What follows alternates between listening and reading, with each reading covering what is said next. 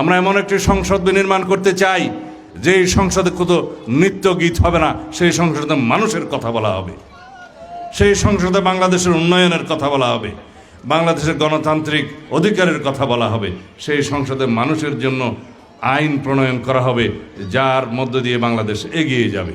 আমরা এমন একটা সংসদ চাই যেই সংসদে কোনো রকমের সন্ত্রাসীদের জায়গা হবে না, যেই সংসদে নৃত্য গীত হবে না, যে সংসদে শুধুমাত্র প্রশংসার স্তুতি বাক্য প্রচলন হবে না, সেই সংসদে বিরোধিতা থাকবে, মানুষের জন্য কথা বলবে।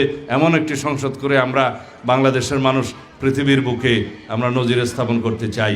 সেজন্য বলি, আগামী নির্বাচন হবে বাংলাদেশের অগ্রযাত্রা কোন দিকে যাবে সেটা নির্ধারণের নির্বাচন। আগামী দিনের নির্বাচন হবে বাংলাদেশের মানুষের প্রকৃত গণতান্ত্রিক অধিকার বাস্তবায়নের নির্বাচন, এবং আগামী দিনের নির্বাচন হবে শহীদের রক্তের উপরে দাঁড়িয়ে আমরা যে অঙ্গীকার করেছি, যে প্রতিশ্রুতি করেছি, সেটা বাস্তবায়নের জন্য একটা নির্বাচন। সুতরাং আমরা আগামী নির্বাচনকে মনে করি এই জাতির ইতিহাসে সবচাইতে গুরুত্বপূর্ণ নির্বাচন। আগামী নির্বাচন এই জাতির বাক বদলে দেবে, এই জাতির গণতন্ত্র দৃঢ়ভিত্তির উপর দাঁড়াবে। সমস্ত গণতান্ত্রিক প্রতিষ্ঠান আগামী নির্বাচনের মধ্য দিয়ে একটি শক্তিশালী ভিত্তি পাবে, তার মধ্য দিয়ে গণতন্ত্রের রক্ষা কবচ হিসাবে সেই সমস্ত প্রতিষ্ঠান কাজ করবে ইনশাআল্লাহ।